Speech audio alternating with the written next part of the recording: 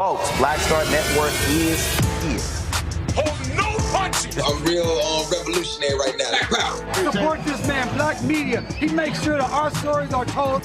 Thank you for being the voice of Black America, Roland. Stay black. I love y'all. All momentum we have now, we have to keep this going. The video looks phenomenal. See, this difference between Black Star Network and Black-owned media and something like CNN. You can't be Black-owned media and be scared. It's time to be smart. Bring your eyeballs home.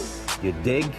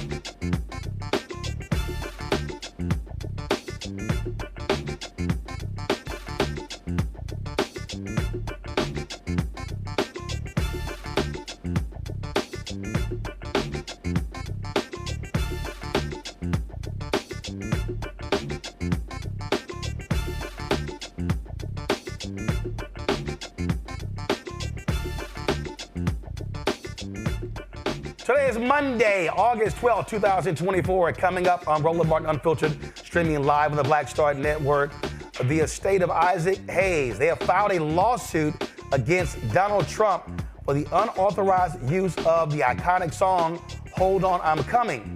Trump has played this at his rallies since 2012, more than 130 instances of using it without permission.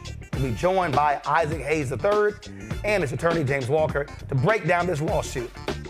Donald Trump is going crazy over the size of Vice President Kamala Harris and Governor Tim Walz's rally crowd. He's now claiming they are using AI to create them. I told y'all that man is crazy.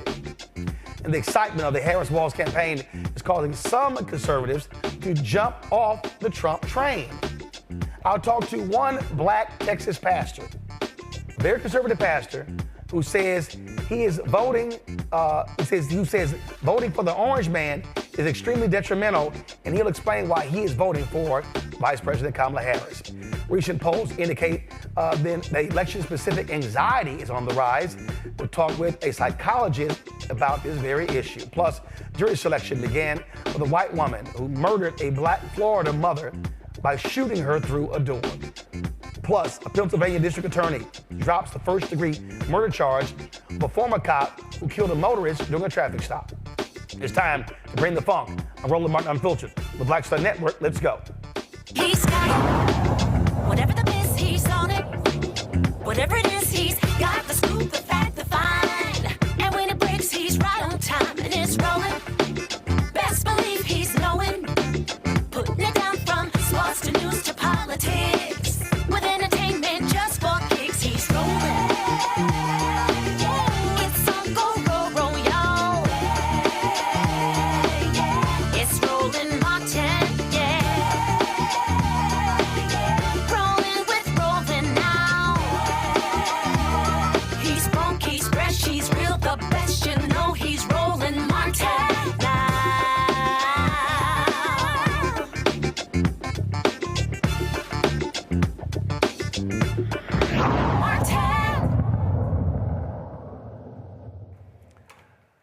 All right, folks, a lawsuit has been filed against Donald Trump by the family of the late singer Isaac Hayes, demanding that him and his campaign stop using his music during campaign rallies.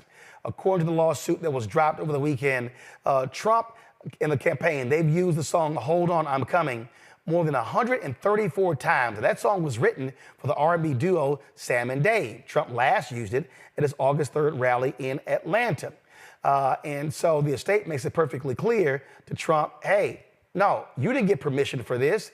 And they're demanding $3 million. Joining us right now is Isaac Hayes III, who is the founder of Fanbase, social media app. His attorney, James Walker, joins me here in Washington, D.C. So first and foremost, Isaac, I'm going to start with you. How many times prior to the lawsuit had y'all told the Trump folks, stop using your dad's music? Well, I've posted about it on social media about 4 times, and we sent a cease and desist over a year ago for him to stop using the song. So it's been a while. Every time that I happen to catch him using the song, I make a statement via my father's social media account and then repost it and, say, stop using the song, and we don't want any part of Donald Trump using that record. James, cease and desist sent a year ago. Did they ever respond? No, never responded. Just totally ignored it? Just totally ignored it. And the copyright is now back in the family's hands, and we're going to enforce it. We feel a $3 million fee is appropriate for the licenses that have been used that you alluded to. And that's just what we found. We think it may be more than 134. Now for the audience, explain to them how this works. Because over the weekend, we saw Celine Dion also send a letter, post a note, and sent a letter to the Trump campaign as well, because I guess there was a rally in Montana, and they used her song from the Titanic. Yes, they did. And she was not happy about that as well. So when there's a rally or a public event, how does that work when music is used? Sure. Normally you have ASCAP and BMI, and they'll give a license. These are music performance rights societies. Right. And they'll give you a license to say you can use this music in a venue. But most of those venues will rent the venue out to you for you to bring your conference in. Once you bring your conference in, you have to get special permission, particularly political rallies. Because with political rallies, a lot of times, as Mr. Hayes has said, he doesn't allow you to license his family's music at political rallies because you don't want to send a message that you're endorsing a particular candidate. Right. So what Donald Trump should have done is what we saw Kamala do. She got permission from Beyonce. She's using Freedom, Madam Vice President, she's using the Freedom song, I believe, by Beyonce, and she's gotten permission. Mr. Trump didn't do that, so technically, Mr. Hayes could ask him for $100,000 per rally or more. If he wanted to really go hard, I think the fact that he only said pull it down and let's work out a nominal amount, which I think was the $3 million, was more than considerate given how many abuses there have been, given the fact that there's been demand letters sent out in the past, given the fact that he's tweeted about it. I mean, what do you do? So we're going to seek injunctive relief on top of this complaint. We're going to also seek that all of the venues be held accountable, and the ad agencies and the third parties. Like, I think you have super PACs, and I may need to get with your office or other experts in this field to understand who are some of these people that are at these rallies. But we believe there's some super PACs that are pushing these videos. Now, one thing I want to point out, Roland, you have a license to use it in a venue, but when you put that music in a YouTube video, that's not a venue. So to me, that's another license. When you walk around the country as Trump does. And for people who don't understand, if we play music on this show, matter of fact, I remember we had B.B. Winans on the show, and we had him on the show to talk about his new song. We got a YouTube strike, and so they actually hit the video. We had to send them an email saying we were given permission to play this song, and then they lifted the strike from our account.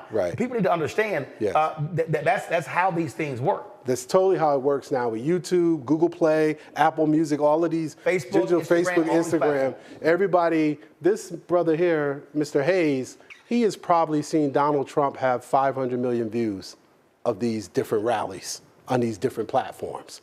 So the license Donald Trump and company would need would be beyond just Montana, beyond just LA, New York, wherever he's campaigning. It would be a license that would have to cover digital, outdoor, a video. If he's sending out emails to his financial donors and he's putting that video in it, we want to know about that. We want to be paid.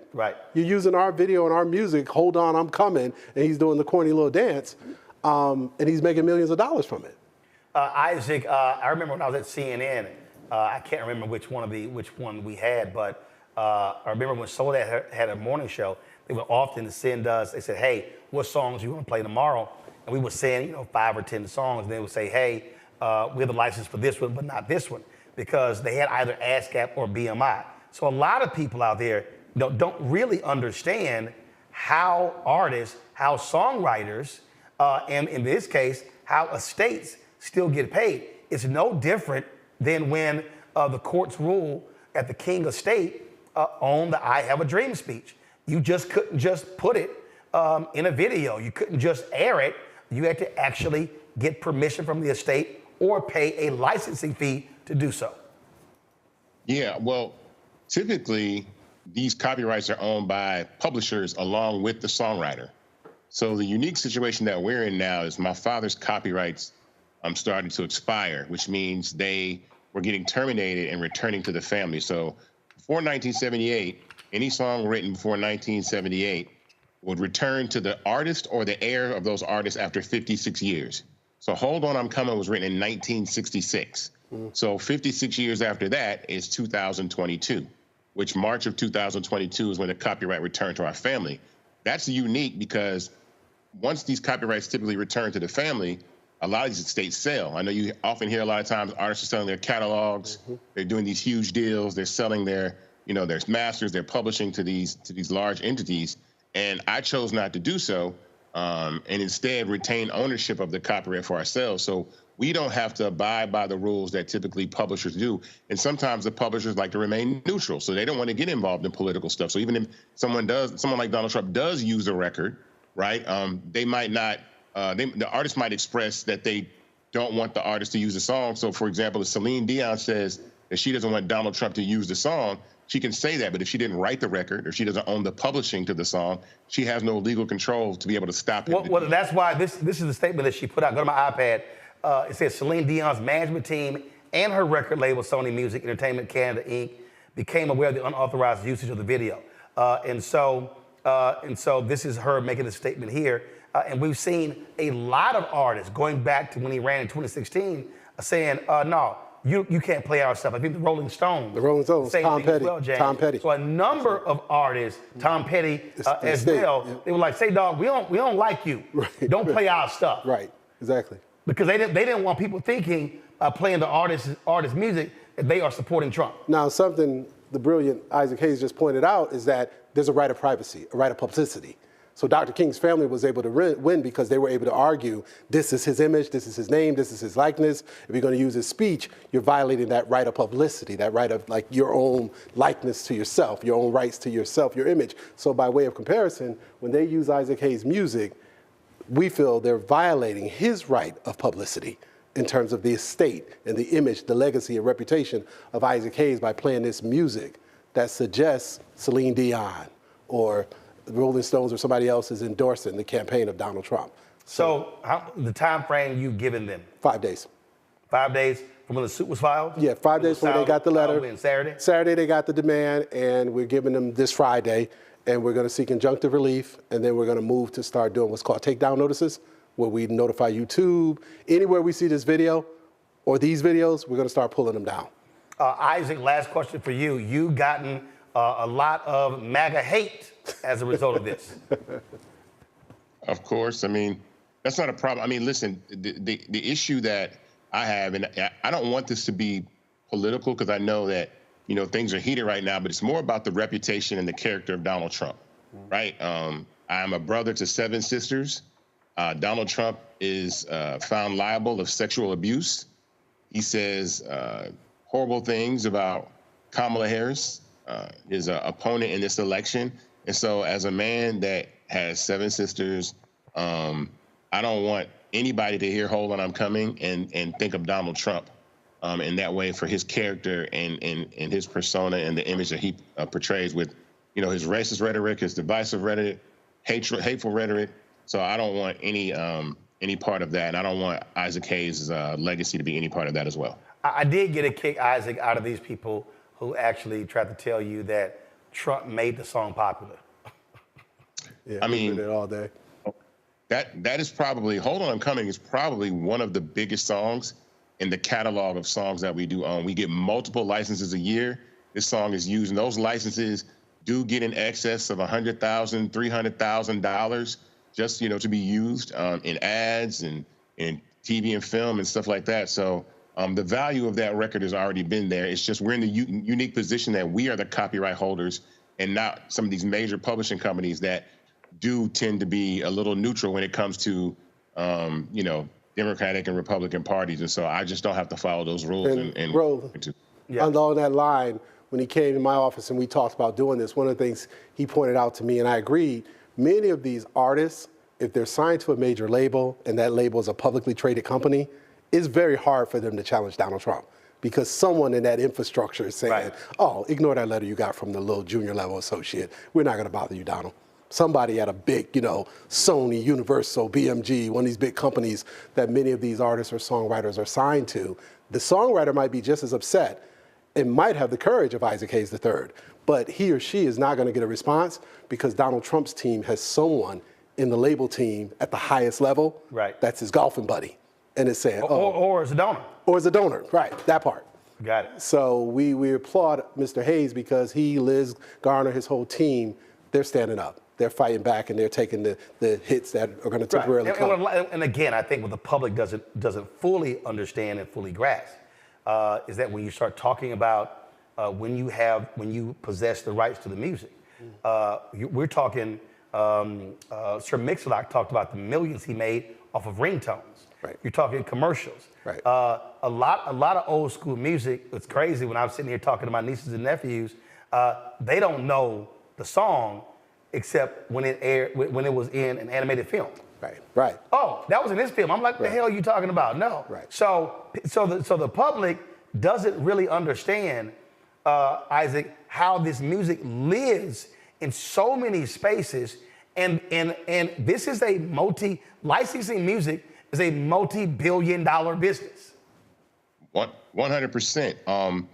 I think that, you know, again, this song was a hit in 1966, and it's been used in numerous films, video games, ads, like I said, repeatedly, you know, over the last 50, 60 years. And so it's a very valuable piece of publishing property that I want to make sure that is protected and not sullied with the brand of Donald Trump, regardless of the fact that he's running for president.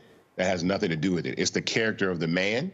And so that can actually devalue. I don't want somebody to hear that and say, I'm not using that, because that's, you know, we don't represent the Trump campaign. We're not endorsing Donald Trump. So we want no part of that. And so this record needs to be no part of that as well. And to the people who don't understand music publishing, we all know this is August, the month of Michael Jackson. That publishing catalog is worth $2 billion or something. So publishing is where the money is, and what Mr. Hayes is doing for his dad's legacy, estate, and just reputation going forward the next 100 years is incredible. All right. James, we appreciate it. Keep us abreast of what happens. Isaac, we appreciate it. Thanks a lot. Thank you. All right, folks, got to go to a break. We'll be right back. Roland Martin Unfiltered on the Black Star Network.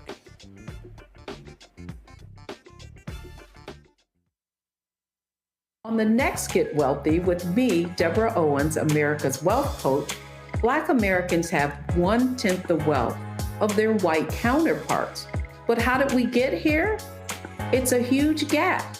Well, that's why we need to know the history and what we need to do to turn our income into wealth. Financial author and journalist Rodney Brooks joins us to tell us exactly what we need to do to achieve financial success. You can't talk about why we are, as Black people, where we are, unless you talk about how we got here. Bridging the gap and getting wealthy, only on Black Star Network.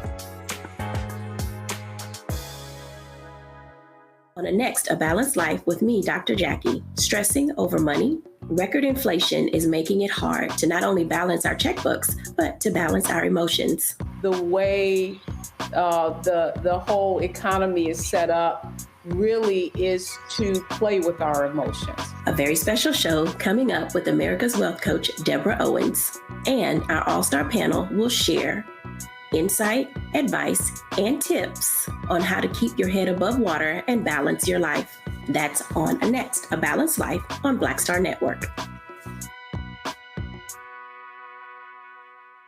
Hello, I'm Paula J. Parker, truly proud on the Proud Family. I am Tommy Davidson. I play Oscar on Proud Family, Louder and Proud. Hi, I'm Jo Marie Payton, voice of Sugar Mama on Disney's Louder and Prouder, Disney Plus. And I'm with Roland Martin on Unfiltered.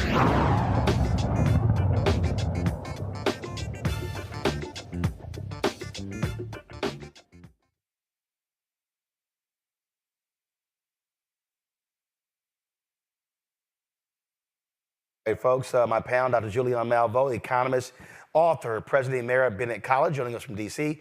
Dr. Amakongo Dibinga, senior professorial lecturer, School of International Service, American University out of D.C. Renita Shannon, former Georgia State representative, joining us out of Atlanta. Glad to have all three of you here. Follow the money, Julian.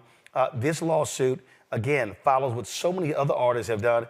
They don't want any association with this thug, Donald Trump. And what they're saying, no, don't just not play our music. Time for y'all to pay up. Absolutely right. I'm happy that Isaac Hayes III has done this, and his attorney is right on point with what the issue is. There are economic losses here. Basically, the use of that. So "Hold On, I'm Coming" is one of our iconic songs.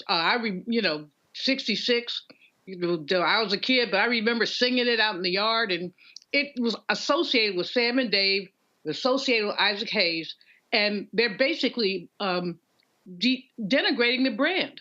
They're basically taking the value of the brand and taking it down. Because who wants to be associated with a 34-time felon, convicted rapist? Don't get me started. Who wants to be associated with that? So as you said in the segment, Roland, some young people only see certain music. They don't see the artist. They see it through, it was in a cartoon, it was on X or Twitter or whatever, and they will associate it with that band.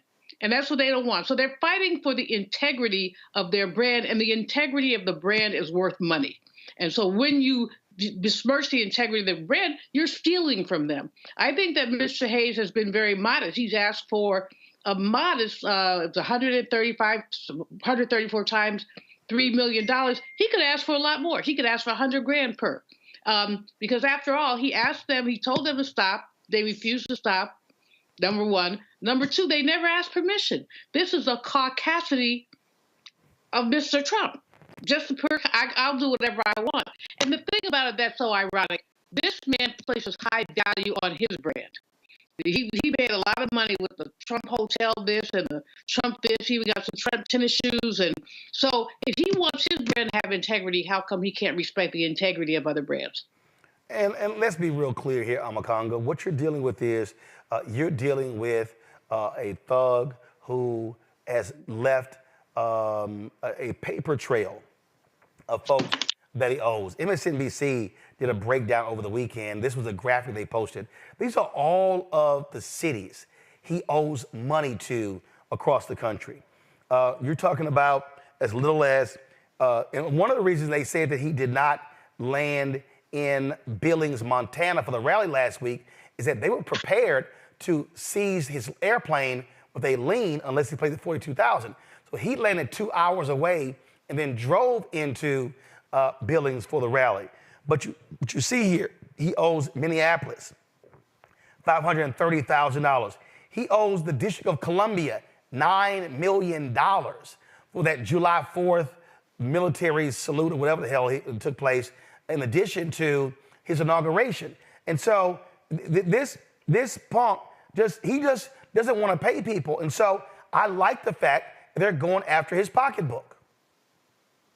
Yeah, absolutely. You got to love it. And when you talk about even when he was running for office, so many of the small businesses and people who were talking about they were stiffed by him. And he's like, well, I just don't pay for crappy service. It's a lie. He's cheap. He's stingy. He doesn't care about the people on the ground. And I think that every place that the vice president and Walz go to, they need to mention that. They were just in Arizona, a place where Trump owes money for these rallies that he didn't pay. And they want to talk about this is a guy who's going to help the economy.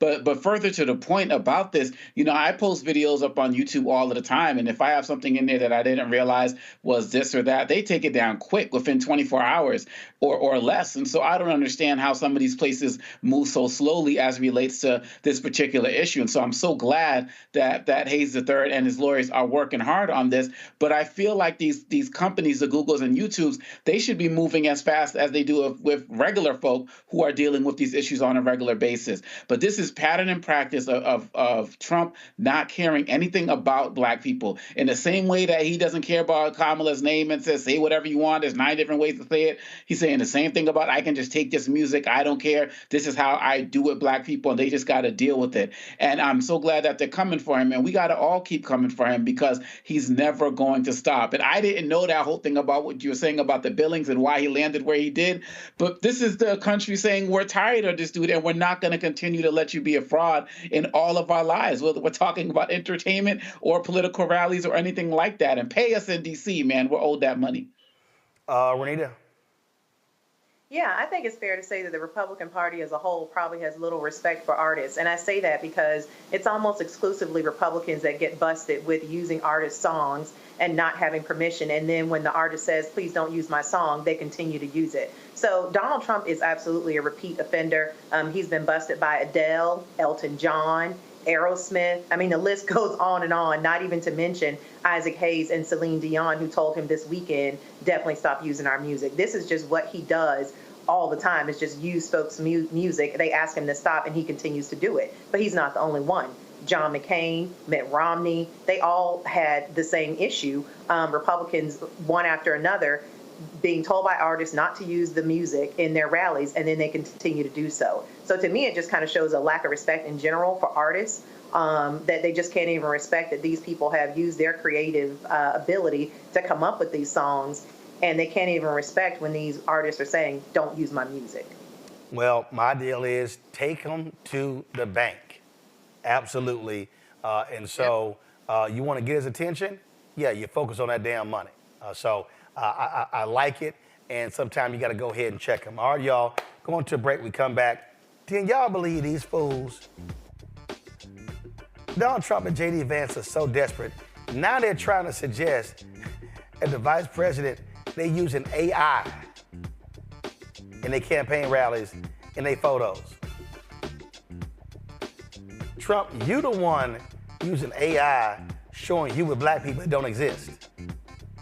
Because ain't nobody black trying to hang out with you, except for a few crazy ass fools. We're gonna discuss that when we come back. Don't forget, supporters of what we do, y'all. Join the Bring the Fuck fan club. You can, of course, send your check and money order, P.O. Box 57196, Washington, D.C., 20037-0196. Cash App, $RM Unfiltered. PayPal, R Martin Unfiltered. Venmo is RM Unfiltered. Zelle, Roland at RolandSMartin.com. Roland at RolandMartinUnfiltered.com. We'll be right back.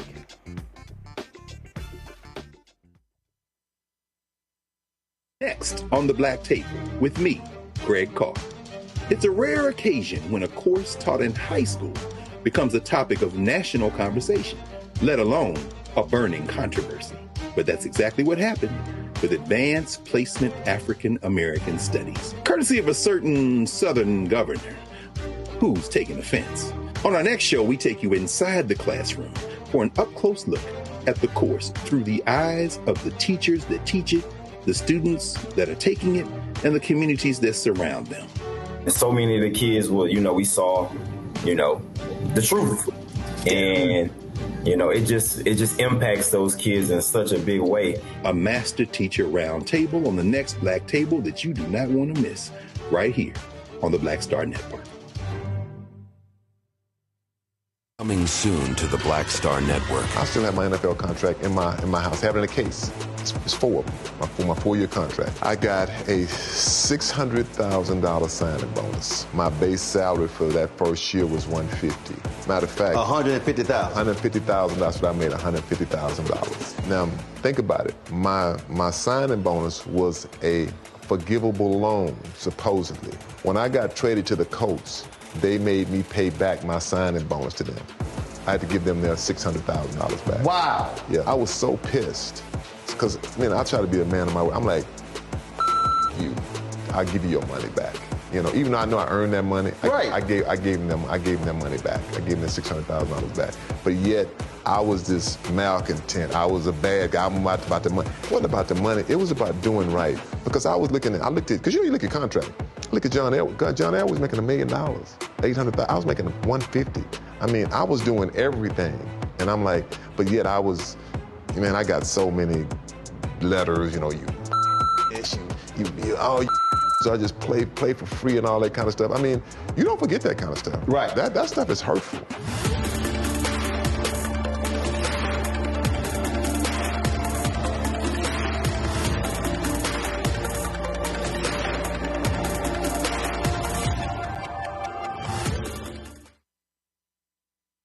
Hey, it's John Murray, the executive producer of the new Sherry Shepherd Talk Show. And you're watching Roland Martin Unfiltered.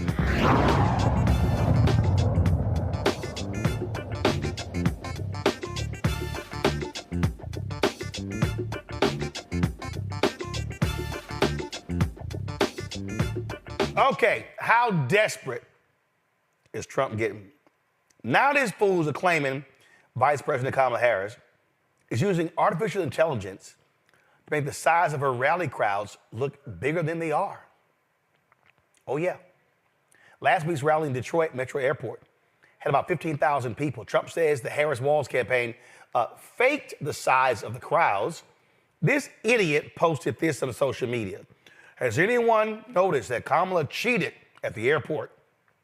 There was nobody at the plane, and she AI'd it and showed a massive crowd of so-called followers, but they didn't exist.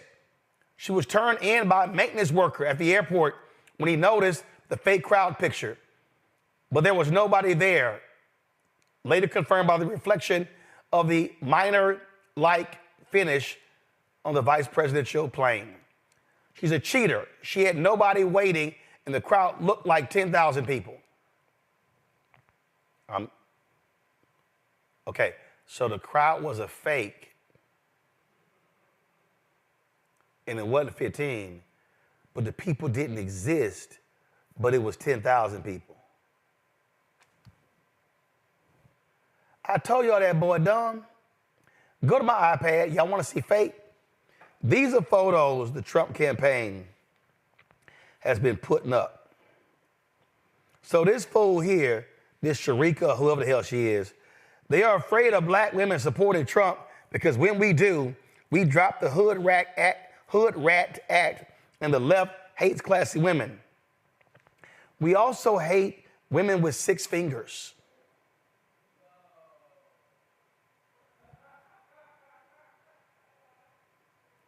We also hate women with 4 fingers. We also hate when you got a left hand on the hip of a person who's on her rights. Y'all, Lord have mercy. See this other fake hand? This is a white hand. Oh, so Donald Trump arm, y'all, come on. Want to see fake as well? Ain't nobody in this photo. Y'all, come on. Y'all know damn well Donald Trump. Come on, y'all. Look at this here. Fake, fake, fake, fake, fake. Y'all want to know how they fake? What camera she looking at? She looking into the camera. She looking to the wrong camera. Right camera. He looking to the, y'all, come on. This boy is faker than a $28 bill.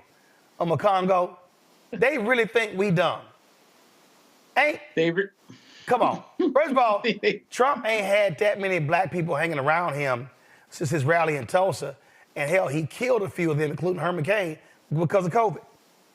Oh, man. Yeah, you ain't never lie, Roland. Yo, but they do think we're that stupid. And there are people out there who are really going to buy that and say, wow, I guess black people do roll with him.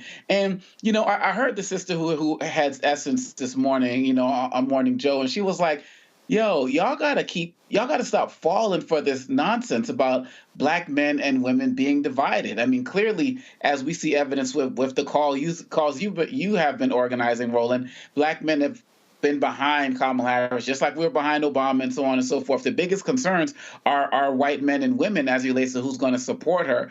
But they keep throwing out these things to say, wow, look at this image. Trump has supported black men. Look at this image. Trump has supported black people. So I'm sick of the laziness and just outright lack of fact-checking that many of these media outlets are doing just to sell some type of narrative about black men not supporting Kamala Harris. And when it comes to the larger picture of the AI crowds and everything, this was a man who said he had more people at his rally than the March on Washington. And again, going back to lazy journalism and the like, none of these people are challenging him. And I understand that there's certain value in letting him ramble because it gives us more fodder. But at some point, people have to understand that this man lives in a delusional world. He's a delusional individual and he's dangerous for the country, but they are just comfortable giving him this type of airtime for lies, for outright lies. And none of these Republicans are challenging him, but I'm glad we got the Black Star Network here to set the record straight and maybe some other networks out there. But this man is spiraling, and it would be funny if it wasn't so dangerous for the country. This is pretty interesting here, Renita. Somebody put this up. This is not the actual account of Tim Walz, but I thought it was pretty funny. It's time to come clean. The Kamala Harris campaign created me with AI to make Donald Trump feel insecure and J.D. Vance feel like a real boy. They are having so much fun mocking these idiots. They are, and that kind of sounds like something Tim Walz would say. But to your point, I mean, it's kind of crazy. They are so desperate in this campaign. And correct me if I'm wrong, one of the ways that you know that they are so desperate in this campaign is because we are literally seeing things happen this time around when he's running that I don't remember happening the first time he ran. So, for example, the Arizona mayor, the Mesa, Arizona mayor, who's a Republican, endorsed Kamala and said he's going to vote for Kamala and is really working for the vice president's campaign to get her reelected. The first time around when when he ran. Many folks who were sick of him, they just said nothing. They did not go as far as to endorse the Democrat candidate. They just kind of stood by and said nothing. This time, you have got people willing to proactively show that they are completely sick of his nonsense, and it just happens to be a lot of Republicans. So they are completely desperate. They don't know what to do. As I said before a couple of weeks ago, they've spent all this money attacking President Biden, and now he's not even the nominee anymore, and now they're struggling to get something that will stick to Kamala and Tim Walz, and they have nothing. And so they're resorting to calling things AI. But what is not AI is, like I mentioned before, Republican mayors and even members of his own family coming out to say, the last thing I would do is actually vote for Donald Trump. I absolutely love the fact that they are losing their minds.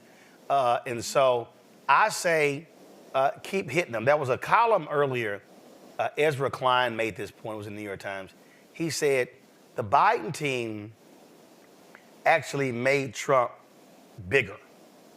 He said the Harris team, they're making him small. They are so under his skin. They don't know what to do, Julian, and I love it. I mean, and that's what you do. You irritate his little silly ass. And you mock everything. You mock everything about him. And I remember there was a clip where he got mad. You know, I don't like people laughing at me. Oh, my God. Please keep laughing at him. Yeah, all together now. Ha, ha, ha, ha, ha. I mean, you know, Roland, this is the kind of stuff you can't make up. I mean, it is truly totally absurd. He's obsessed with crowd size. And clearly, Kamala is just pulling the people in, but he's obsessed with crowd size. His own people, Mike Johnson, Speaker of the House, Kevin McCarthy, used to be Speaker of the House. They told him, can you just stick to the issues? But the fact is that he's losing it, so he doesn't remember what the issues are. All he remembers is, let me attack, attack, attack. And the reason why Vice President Harris and Tim Walz are getting such play is both because they're better, but also because their energy is so much more positive. You've got this dour old man who scowls his way through a rally, who lies 130 sometimes in 60 minutes, 2 lies a minute, 2 lies a minute. Like Pete Buttigieg says, he wins the lying Olympics. So you got this dour old man who's mad as hell at everybody. And then you've got this young, vital, attractive, dancing sister. And you've got Tim Walz, who reminds you of like everybody's favorite uncle with the little sweaters he wears. And I mean, they give out a good vibe. And he just gives out, I don't want to be in the room with that. That's literally what he gives out. And so that's why people are coming to them. Some people who disagree with their positions, they feel like we don't need to be in this negativity. And he's such a liar. He continues to paint the economy as failing. We have economic issues, especially around inflation. But our economy is not failing. Our country is not going to hell in a handbasket. How does that make people feel? How does it make people feel? We're talking about young people who have not started voting yet or not part of voting culture. And you've got this, Scrooge on one hand, and then you got this energy, the dancing VP on the other. What you gonna do? I believe it driving them crazy. Renita made the point about the mayor of Mesa, Arizona, Republican John Giles. He spoke at the rally she had there in Arizona. Here's what he had to say.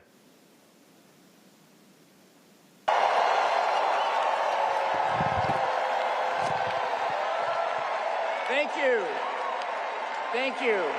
I am the very proud mayor of Mesa, Arizona, but thank you. But I have to say, I feel maybe a little out of place today, partly because we're in beautiful Glendale. Okay, there's that. But as you may know, I'm a lifelong Republican. All right? Now, I have thank you for your warm response. I have to tell you that I do not recognize my party. It has been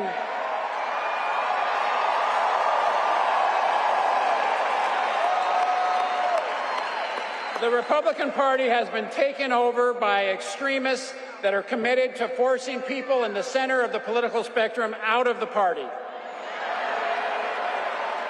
So I have something to say to those of us who are in the political middle.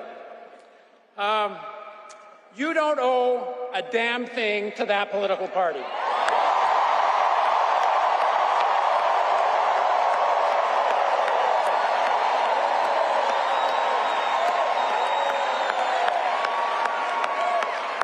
In particular, you do not owe anything to a party that is out of touch and is hell-bent on taking our country backward.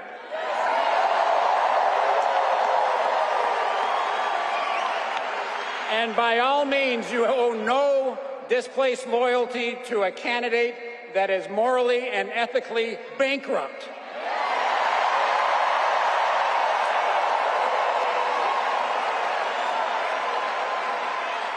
So again, to all of us, I would say, in the spirit of the great Senator John McCain, please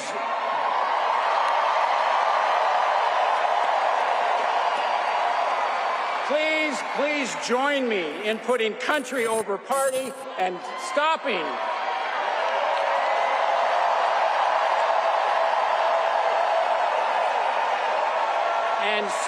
Donald Trump and protecting the rule of law, protecting our Constitution, and protecting the democracy of this great country.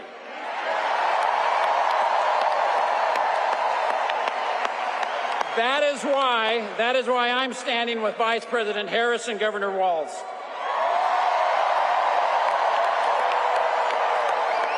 Seeing an increasing number of people do that, Renita, because they understand this. In a few moments, at the top of the hour, we're going to talk with a black conservative pastor out of Texas who just made it clear he simply cannot at all support Donald Trump because of integrity. Absolutely. People are just showing one after the other that they are completely sick of his crap, and that's what it is. It's crap. They're over it. They do not want the country led by somebody who only believes that laws are for other people but not for himself. Most of the things that he advocates for are just for himself to have better or different treatment. For example, not being held accountable when he commits crimes, but then for everyone else, it's law and order, lock them up. So, I mean, people are just really this election season seeing through a lot of what he's got going on, and both him and J.D. Vance are people who are completely desperate.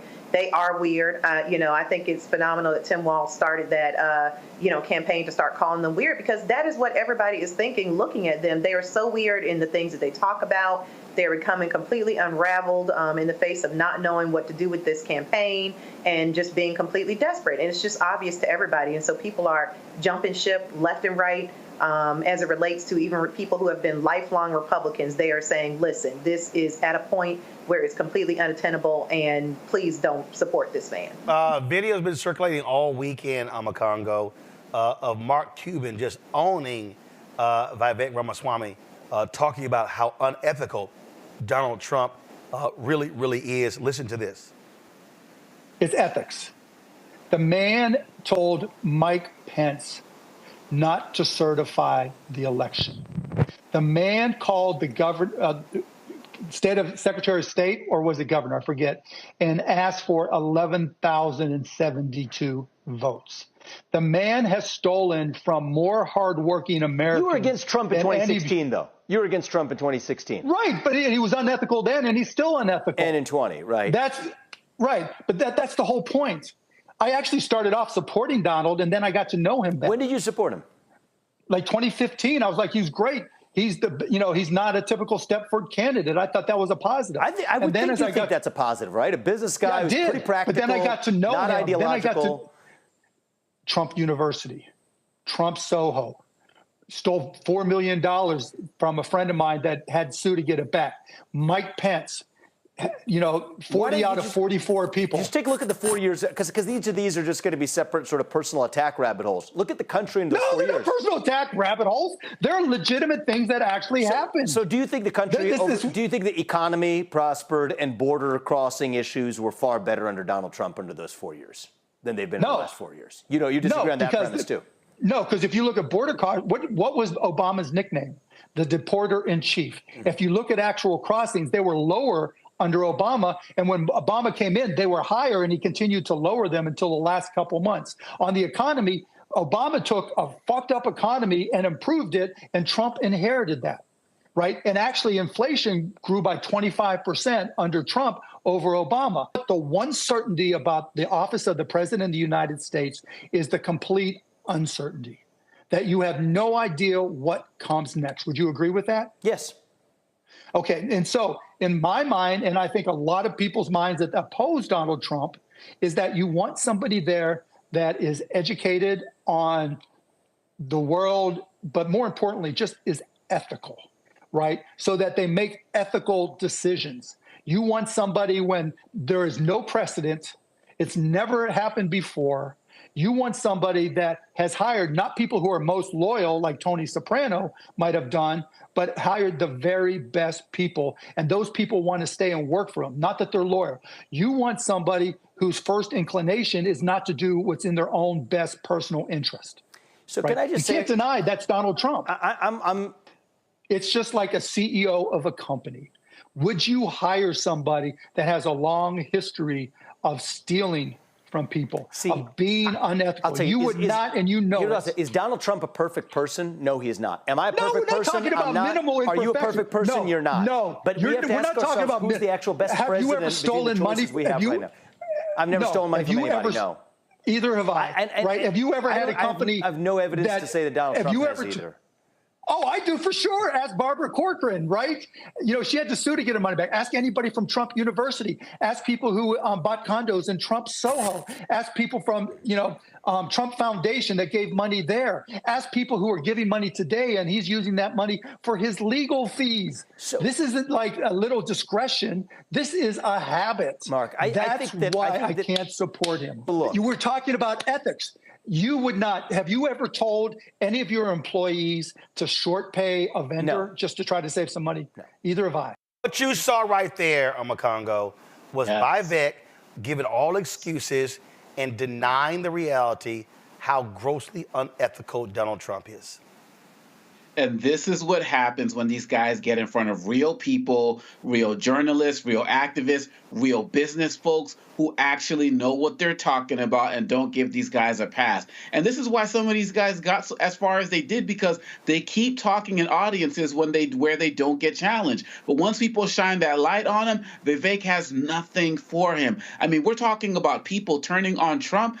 Who is more prominent out there in the conservative spaces than New York Times opinion writer David French, whose latest piece says, to save conservatism from itself, I am voting for Harris. And then says later on, people say he's not, are you real conservative still? He says, I'm going to vote for Kamala Harris in 2024. And ironically enough, I'm doing it in part to try to save conservatism. And this goes specifically to Renita's point that in 2020, some people were just like, okay, I'm just not getting involved. Now they're actively getting involved. And I do believe it's just a matter of time before Chris Christie and Liz Cheney come out for Harris as well, because these guys are saying, look, we want to have the ability to be able to fight over our opinions, and that's not going to happen under this guy. So these guys, the mayor of Mesa, and these guys who are taking a stand, they need to be applauded. And one thing none of us are seeing, we are not seeing any Democrats for Trump organizations out there in any way, shape, or form. They are circling the wagons too, and I'm glad to see it, because we got to shine a light on all of this nonsense and darkness that they're putting out there. I think here, again, this is why I think you're seeing the reaction from people to the campaign of Vice President Kamala Harris. Julian, they're sick of the doom and gloom and, oh my God, the world is ending. That's all you hear from those idiots, Trump and Vance, how awful and pathetic things are when they are not. And so I think that's one of the reasons why you're seeing people respond the way they are. But the bottom line is supporting this man is supporting somebody who's grossly unethical. Unethical, incompetent, and insane. Now, I'm not a psychiatrist and I don't play one on TV, but seriously, when you listen to this man, does any of this make any sense? And I think also people are very tired of the level of insults that are now just what we do in politics. How many times did he call this woman a low IQ individual? I mean, that's not necessary. He can disagree with her positions. He can attack her on reasonable things to attack her on, not calling her out of her name. But low IQ individual, that's his shorthand for he does not trust, he does not respect, first of all, Black people and Black women. That's his shorthand for that, because we know, those of us who are African American and have accomplished something, that's a slur that racists use when they can't have a conversation with you.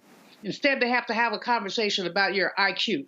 But you're right, Roland. People are sick of him. They're sick of the negativity. They're sick of the nonsense. And Republicans who love their party, despite it all, are turning on him because he has literally ruined the Republican Party. He's turned them into a bunch of lemmings who he says the sky is yellow, and they say, oh, yeah, as opposed to saying, excuse me, dude, the sky is blue. So when you look at that Congress, you look at Mike Johnson, even McCarthy has turned against him after he dogged McCarthy, and McCarthy went down to Mar-a-Lago with his hat in his hand.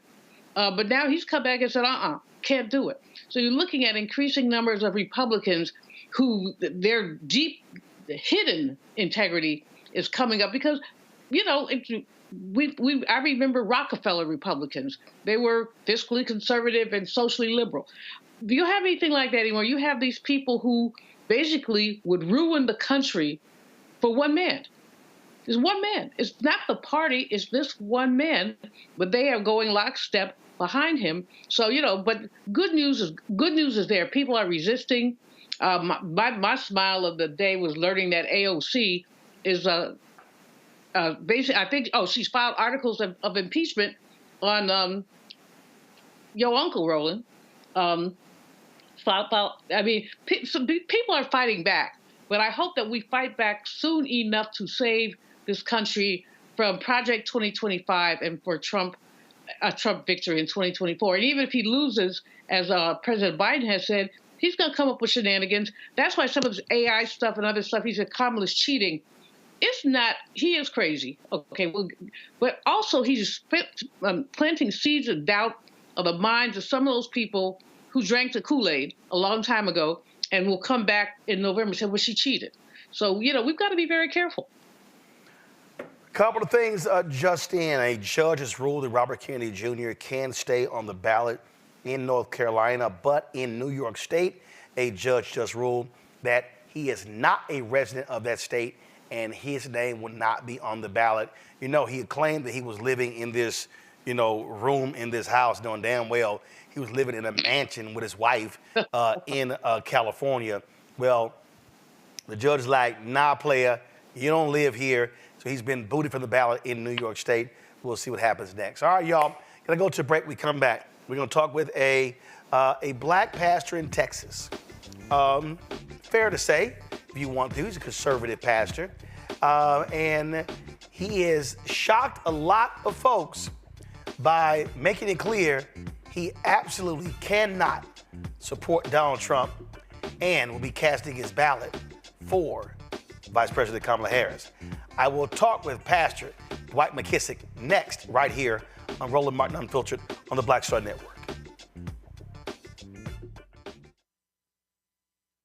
When you talk about blackness and what happens in Black culture, we're about covering these things that matter to us, speaking to our issues and concerns. This is a genuine people-powered movement. There's a lot of stuff that we're not getting. You get it, and you spread the word. We wish to plead our own cause. Too long have others spoken for us. We cannot tell our own story if we can't pay for it. This is about covering us. Invest in Black-owned media. Your dollars matter. We don't have to keep asking them to cover our stuff. So please support us in what we do, folks. We want to hit 2,000 people, $50 this month, raise $100,000. We're behind $100,000, so we want to hit that. Y'all money makes this possible. Check some money orders. Go to P.O. Box 57196, Washington, D.C. 20037-0196. The Cash App is $RM Unfiltered. PayPal is R Martin Unfiltered. Venmo is RM Unfiltered. Zelle is Roland at RolandSMartin.com.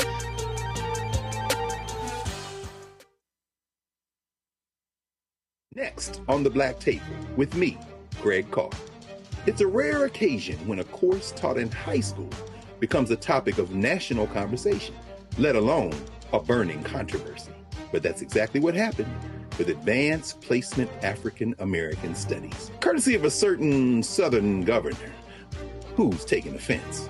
On our next show, we take you inside the classroom for an up-close look at the course through the eyes of the teachers that teach it, the students that are taking it, and the communities that surround them. And so many of the kids, we saw, the truth. And, it just impacts those kids in such a big way. A master teacher roundtable on the next Black Table that you do not want to miss, right here on the Black Star Network. I am Tommy Davidson. I play Oscar on Proud Family, Louder and Prouder. Right now, I'm rolling with Roland Martin, unfiltered, uncut, unplugged, and undamn believable. You hear me?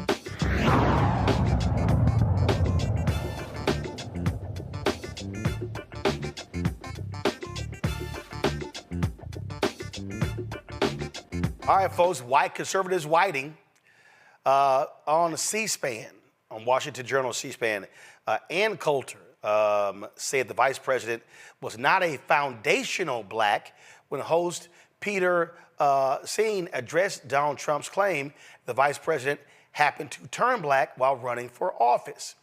Trump, of course, made those comments at the National Association of Black Journalists. Coulter said that laws created to make up for the legacy of slavery and being twisted to discriminate against white people in the name of diversity to the advantage of recent immigrants. Listen to this fool. In a recent Substack column, Ann Coulter, you wrote that probably inadvertently and for all the wrong reasons, Donald Trump made an important point when he said of the Democrats' most recent presidential nominee, she was always of Indian heritage, and she was only promoting Indian heritage. I didn't know she was black until a number of years ago when she happened to turn black, and now she wants to be known as black. Why do you say that was an important point? Well, I write about this a little bit in my book, Mugged, about racial demagoguery, and also in Adios America about immigration. And that is, the important point he should have made is that the entire purpose of affirmative action, set-asides, civil rights laws that limit constitutional rights to freedom of contract, freedom of association, all of that was to make up for the legacy of slavery and Jim Crow. So unless these benefits are going to, roughly defined, foundational black Americans, the descendants of American slaves, you've taken away the whole purpose of this. And that is exactly what's happened once we got this huge load of immigrants. Now, a Thai who arrived on Wednesday will get an advantage applying to college, applying to corporations over a heterosexual white male in particular. That's the biggest hate group. But any white American. And all of the civil rights laws have been, and affirmative action and so on, have been twisted into just anti-white hatred and open, egregious discrimination. So to make the point that Kamala isn't a foundational black American, I'm always pointing out to black people, hey, have you noticed Indians are getting all the good diversity jobs? What did we do to Indians? We didn't enslave them. I mean, most of these immigrants coming in, 90% of legal immigrants are from the third world. And mostly we've just run around saving them from earthquakes and tornadoes and coups and starvation. They owe us. We don't owe them. But to switch from the concept of integration and civil rights for black Americans to this BS-y diversity, it's nothing but discrimination against white people. And that point should be made not just to, as I think Trump is always thinking, oh, he's going to win the black vote. He's not going to win the black vote. You ought to do things because they're the right thing to do, not because this is an appeal to black people, like releasing criminals. He thinks he's going to get the black vote by being soft on crime. Anyway, not only to point out to black Americans that their history is being stolen by immigrants, but to remind white Americans that this whole diversity thing is just discrimination against them. You still want to vote for the Democrats? All you're hearing her do, Julianne, Makongo, and Renita, is parrot these FBA people. They've been on social media the last several years doing the exact same thing. And frankly, let's be real clear, many of them are standing with Donald Trump. They are there, they are ops, they're there to be disruptive.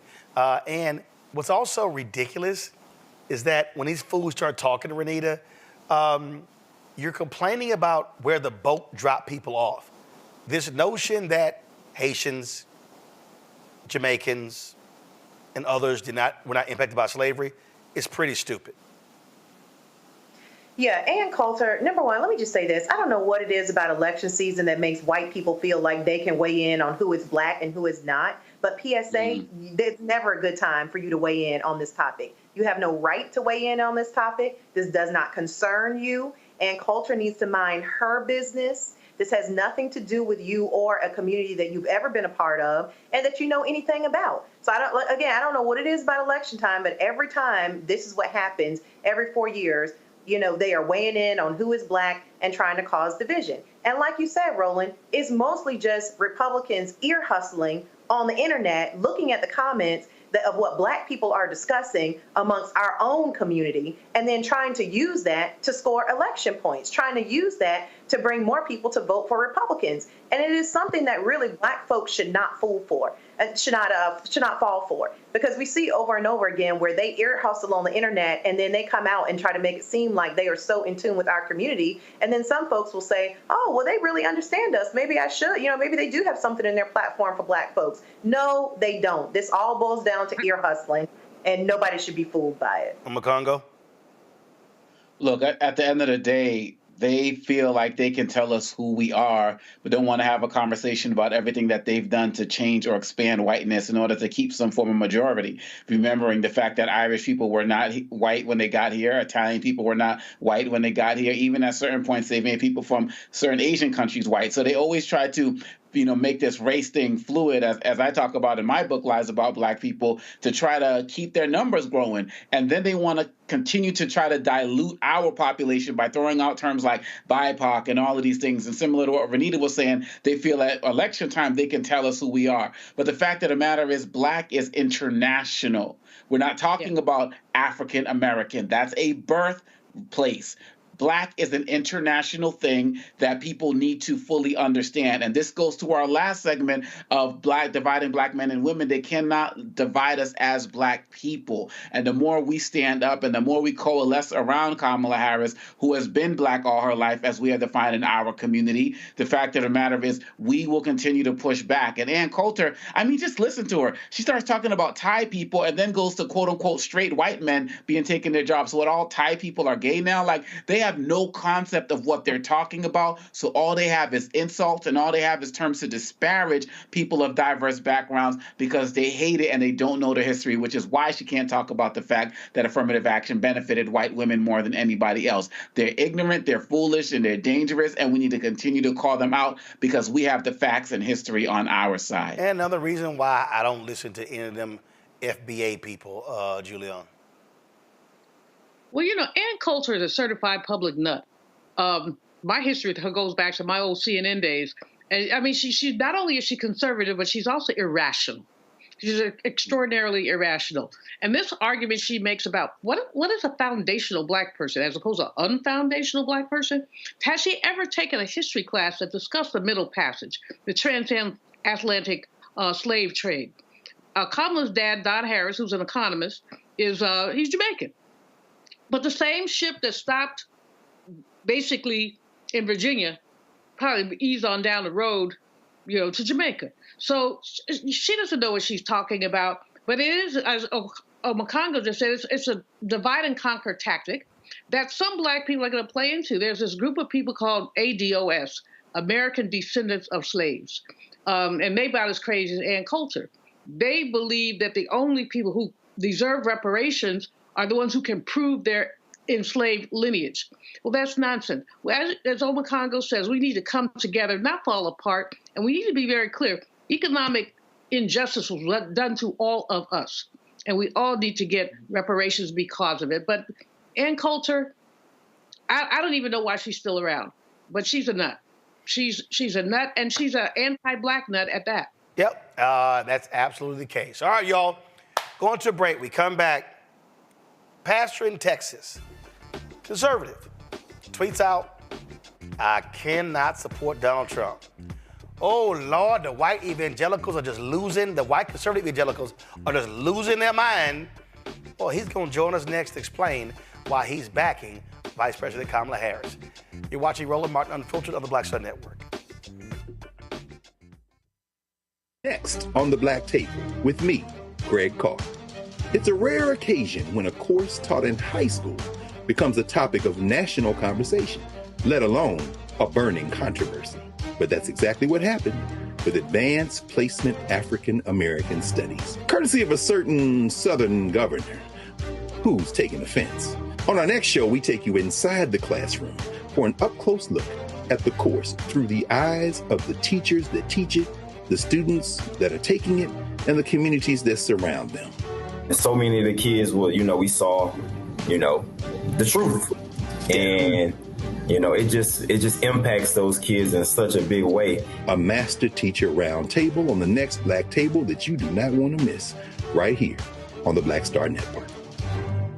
Hey, it's John Murray, the executive producer of the new Sherry Shepherd Talk Show. This is your boy, Earthquake. And you're tuned in to Roland Martin Unfiltered.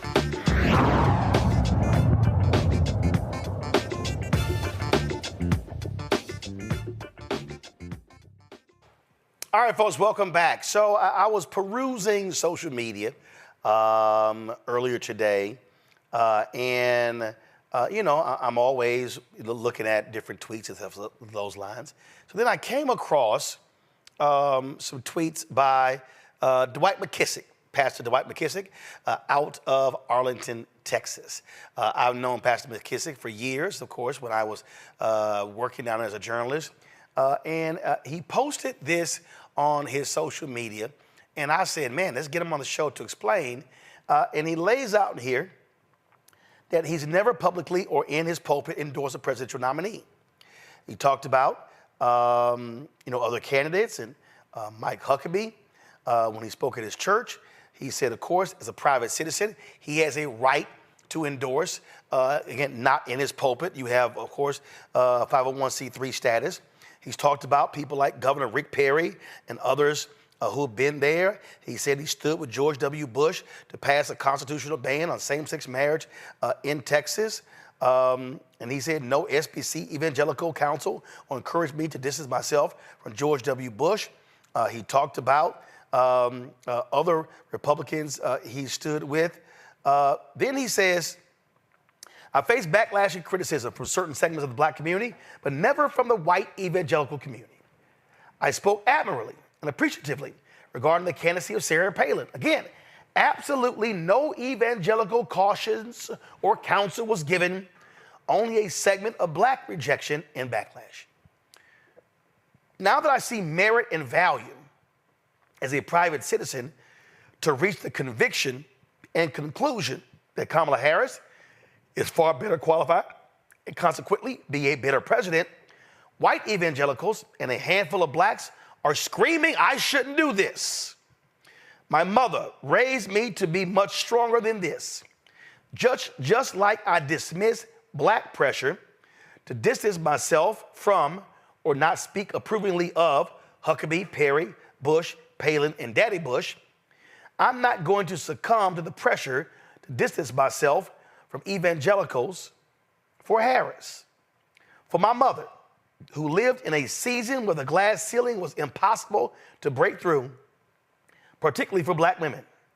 And for my God, who may have chosen this election and Kamala Harris to symbolically and representatively receive the recompense and reward for all women of colors, all colors, of all political parties to break the glass ceiling before the whole world. I feel compelled as a citizen, not as a pastor, to publicly support Madam Vice President Kamala Harris, particularly when I see the alternative as extremely detrimental to the best interest and goal towards one nation under God with liberty and justice for all. Pastor Dwight McKissic joins us right now out of Arlington, Texas. Doc, glad to have you back on the show. I thought this was interesting because I have been seeing folks like Charlie Kirk and Eric Erickson and others saying, how dare Christians vote for Kamala Harris? You are not a real Christian if you don't support Donald Trump. And you are like, whatever. I think it's ridiculous for John McArthur and Al Mohler and others to assert that to vote for a Democrat. This is a secular election. Jesus said, my kingdom is not of this world. I don't know that you could place sin or immorality on whatever person or party, independent kind of category you might vote for. Cornelius, what is his name? Dr. Cornel West is running for that matter. I don't think it's fair or sensible to try and sanctify the voting as some persons or party from a moral or a spiritual point of view are the kind of person or party you cannot vote for. I think that's totally unfair, and Black people are not buying that. We will not be controlled by that. In fact, again, this was a tweet that Kirk shut out. Dear Christians, vote like your lives, your values, and your children's futures depended on it, because they do. Make a plan to vote.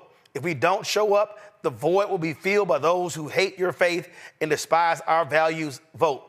Now, of course, he leads Turning Point USA, and let's just say they've had a lot of racists in that organization over the years. So I guess he skipped that part of the Christian values. Yeah, the purpose obviously is to manipulate and control. 3 times over the past 40 years, Republicans have had charge of the White House, Congress, and the Supreme Court, and they did little to nothing to try to enact a constitutional ban against abortion or same-sex marriage, yet they campaigned and got a lot of votes on those bases. A lot of Black folk. We thought, hey, I really believe that life begins at conception and that innocent unborn life in the womb ought to be protected. That's just my belief. I also believe that marriage ought to be between a man and a woman. If they were going to prioritize and really canonize that as law, I felt no shame in my game to vote for that. But after 40 years, you still trying to sell me and others to vote for your party under that guise. But now under Trump, they have abandoned the platform planks that oppose abortion and oppose same-sex marriage. That's whatever rules of some kind of moral superiority they were arguing before, they gave it away to Donald Trump. And so I see no basis why a competent, efficient, articulate, experienced person, lady like Madam Kamala Harris, a believer anybody else, should definitely feel free to vote in that direction without any sense of having denied the faith, as Al Mohler would argue, or the stewardship of the vote, or the discipleship of the vote, all that kind of language just to ensure that white males reign supreme and the Republican Party remains supreme. You tweeted this, and I want to read this, and I want you to expound. You said, I endorse Kamala Harris because if my choice is to choose between the cumulative governance experience between Harris and Trump, Harris wins hands down. If I have to choose between one who embraced the January 6 rioters and who promises to pardon them if reelected, versus one who sees January 6 as the most dangerous threat to our democracy we've ever experienced in American history, I will choose Harris, who recognizes January 6 for what it was, an attack on American democracy, an attempted coup.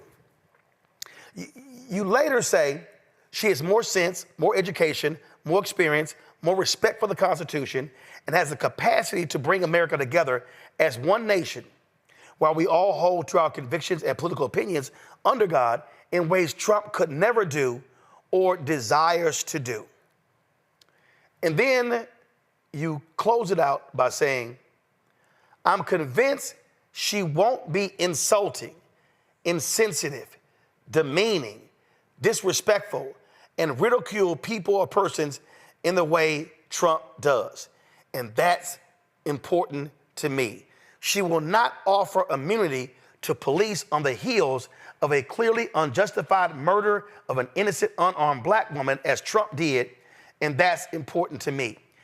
That's the thing, Pastor McKissic, that when I watch these white conservative evangelicals, and they make excuses for January 6th, and they make excuses when he attacks people for the disabilities. The other day, he attacked John Tester. Oh my God, he had the biggest stomach I've ever seen. They revel in those things. And I just sit here and go, which part of Christianity is that? Exactly. When you look at his personality and the well-documented racist statements and insults he's just handed out to just about everybody other than white males, and of course, if he don't like certain things about white males, he'll hand them out there. I just cannot in good conscience cast a vote for a man who has demonstrated over and over again his insensitivity and his just lack of common decency and dignity. That's beneath the office of the White House when we have the option of an articulate, intelligent, affable, accomplished person like Kamala Harris. And just over a period of time, I just reached the conclusion I cannot justify, rationalize, or defend voting for Trump, which I wasn't going to do. I would have voted third party or not vote for the presidential.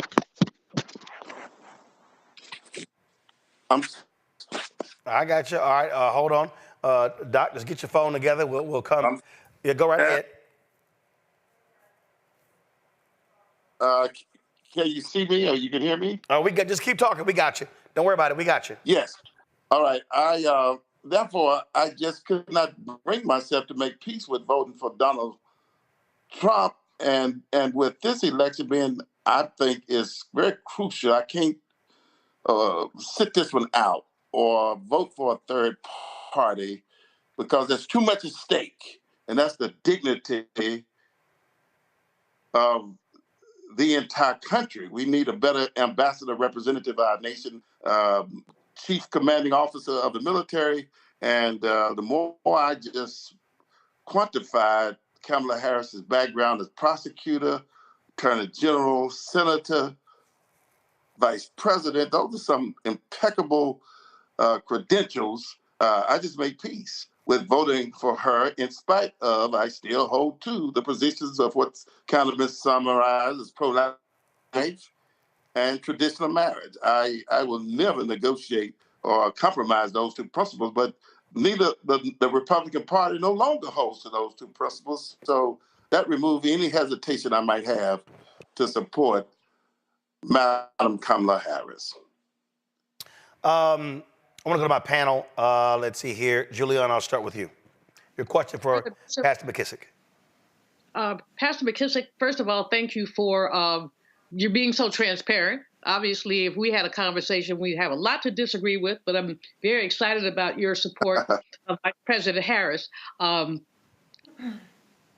You're getting brushback or pushback from some of your white evangelical friends. Have you actually, are they just scamming you online, or have you actually had an opportunity to talk to some of them to explain, especially what I was moved about with your letter was your references to your mother. Have you had a chance to talk to them and explain to them why you feel so connected to Vice President Harris?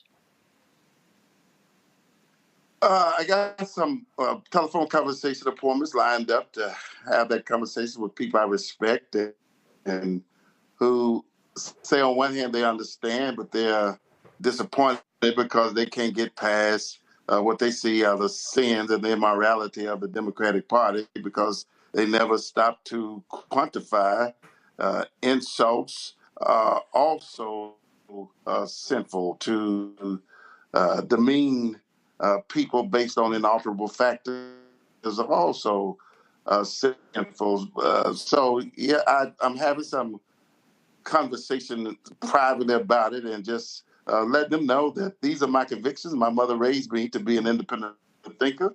My mother raised me to respect women. The worst whooping I ever got in my life was getting in a fight with my sister who's 1 year older, and that whooping was, I remember to this day, and my wife has been the beneficiary. Only one wife for some years, but I've never put hands on her, in part due to my mama putting the worst beating on me that I ever had. So I see Donald Trump as being the very antithesis of evangelical faith and unworthy of their vote, let alone mine.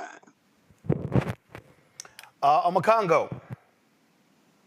Yes, Pastor, one of the questions that I have is that we see so many stories about white evangelicals and Trump, but I wanted to get your take on what's happening in the Black evangelical community as it relates to Trump. Has there always been support for Trump, and is it waning? Has there never been support? This is just something that we're not hearing anything about, so I wanted to get your take on it.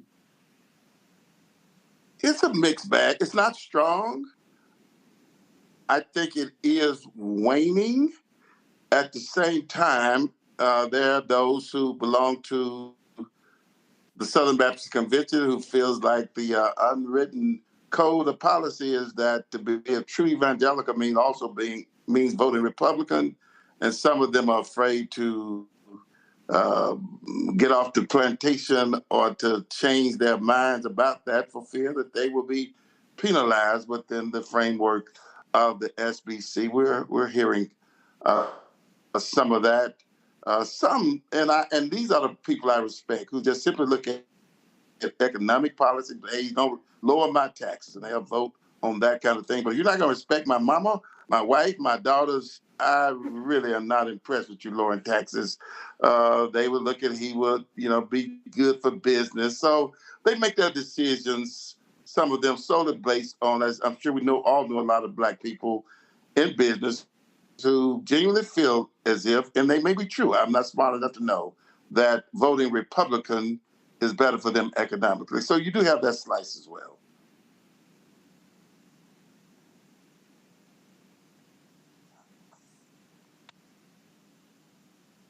Renita. Did I lose you all? No, you're good. Renita?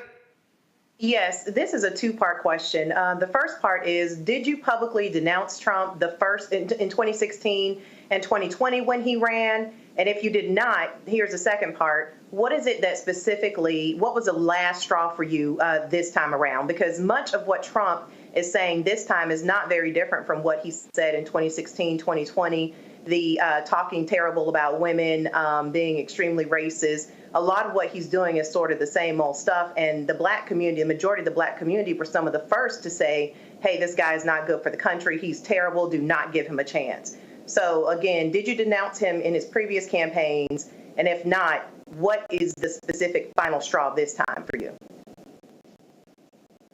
I did not vote for Trump in 2016. Honestly, I considered it because I tend to prioritize pro-life and pro-traditional marriage as worthy voting principles or motivations. And he had not abandoned those two planks in the platform at the time, but I heard an interview by a Black journalist. I wish I could call his name. I think he worked for NBC. And he asked Trump what would he do to improve race relations. The Trump response was stop and frisk. He went through a whole ordeal about Black crime. And the question had to do solely with healing race relations. I'm thinking to myself, wait a minute, he must view us as criminals, that he'll answer questions about healing race relations with combating Black crime. I made up my mind that moment that I would not vote for Trump. And in 2016, I began to make peace with Hillary on the basis I thought she would be far better on the race question. And that's the first time I voted for a Democrat since Jimmy Carter in 1980. And in 1984, I voted for Ronald Reagan because at the Democratic National Convention, I heard Jesse Jackson speak affirmatively about people on Social Security in a same-sex relationship, the other person being entitled to their Social Security benefits. That knocked me over. I had no idea the Democrats were on that page. And listening to that and learning more about, and I studied both platforms and pulled out my Bible, and I reached a conclusion, at least on those social issues, I was more in tune with the Republican Party on network safety, safety issues such as, child care and housing. And justice, I related better to the Democrats. But my thing was, I'm the youngest of 9 children. My mother was graduated in May '56. I was born in June '56. My dad was poor. My mother was getting a teaching degree. Point being, my mother had every reason to abort me, and I'm so glad she did. And I don't want another black child, or Hispanic, or Asian, or white child to be aborted, because I wouldn't be on this phone with you right now if my mother had chose to abort me for economic reasons. So I fight for the protection of all lives in the womb. Well, Pastor McKissic, I appreciate you joining us. Trust me, it's going to be quite interesting, those conversations you had with some of those white evangelicals. And so I'm sure you will be quite dropping some stuff on them that they probably ain't heard from some other places. So we appreciate you joining us on the show. Thanks a lot. Thank you, Roland. God bless you. Goodbye. All right, folks. Be right back. Roland Martin Unfiltered on the Black Star Network.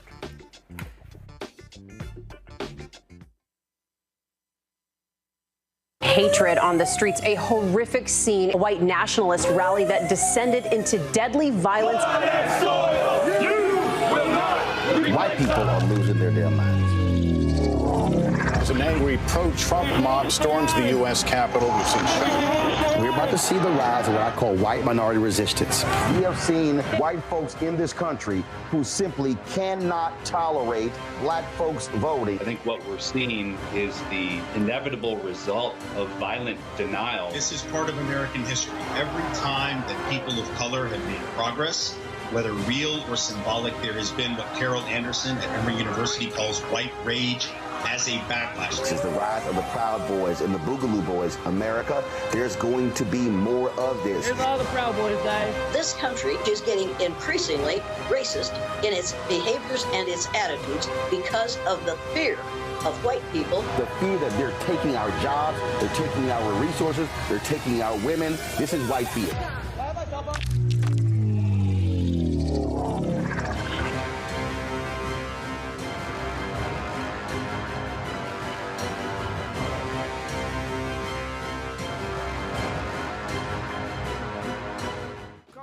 pretending to be Roland Martin. Holla!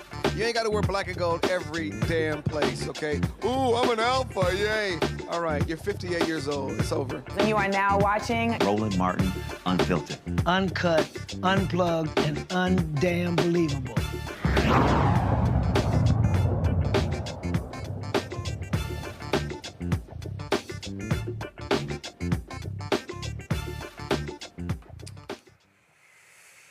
All right, folks, welcome back to Roland Martin Unfiltered. First of all, y'all on YouTube, hit the doggone like button. A bunch of y'all sitting over there, y'all commenting, y'all ain't hit the button, so we should easily be at 3,000 likes.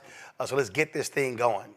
In Florida, the trial for the white woman charged with fatally shooting a black mother through a door has begun. Jury selection got underway today in the Susan Lawrence murder trial. She shot Ajike A.J. Owens on June 2nd, 2023, through a locked metal door and killed her when the mother of four approached the home to confront Lawrence over throwing a pair of roller skates at her kids.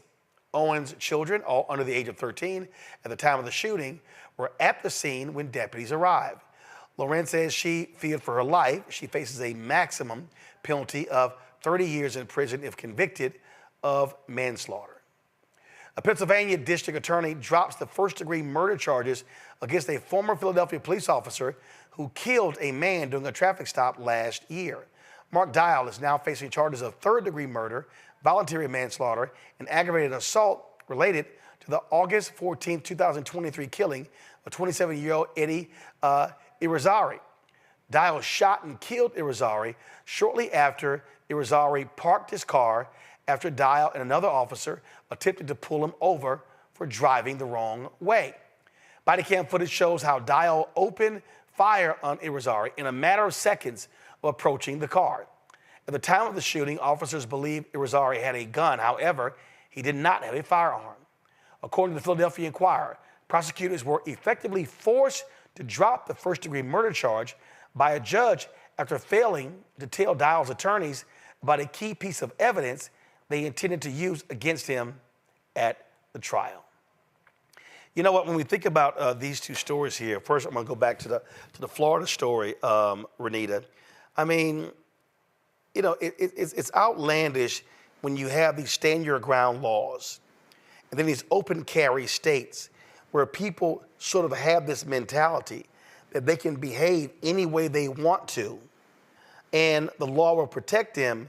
And a lot of these conservatives, what they've done is they've done this, they've created this, they've actually made this easier for folks to shoot and kill others.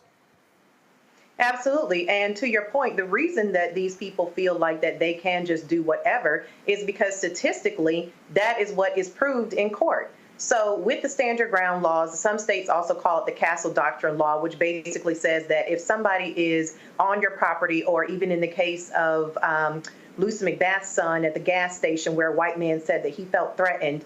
So it doesn't even have to be your actual home or any property that you own, but if it's pretty much in your vicinity, if someone comes at you, you have the ability to stand your ground and take whatever action to protect yourself. So those are the laws. But the statistics around this show that Black people are 20 times less likely to be able to use that defense than white folks when they go to court. So statistically, the courts are telling these individuals that if they do use the most extreme form of violence over something as small as, in the case of the young mother who was killed, the first case that you mentioned, she was just knocking on her neighbor's door to see if she could get, I think it was an iPad back from one of her children that had been taken by the neighbor away from her children.